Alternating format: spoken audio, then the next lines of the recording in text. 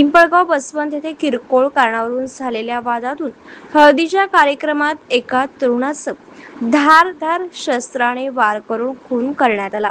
शनिवारी दिनांक 19 रोजी रात्रीच्या सुमारास घडलेली घटना. रवी सोमनाथ गुबाडे, वय वर्ष 23 असे मृत तरुणाचे नाव आहे. याबाबत एक संशयित ताब्यात असून इतर दोघांचा शोध सुरू असल्याची माहिती पोलिसांनी दिली.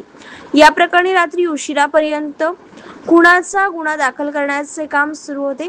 याबाबत अधिक माहिती अशी की निफाड तालुक्यातील पिंपळगाव बसवंत येथे कृषी उत्पन्न बाजार समितीच्या गेट समोर हळदीचा कार्यक्रम सुरू होता. त्या कार्यक्रमामध्ये तरुणांमध्ये किरकोळ कारणावरून वाद झाला. या वादात रवी गुबाडे, राहणार चिंचखेड, तालुका दिंडोरी या विकास गळ्यावर शस्त्र व वार केला व त्याचा मृत्यू झाला. वृत्तसंकलन वृषाली सोलंकी, वणी.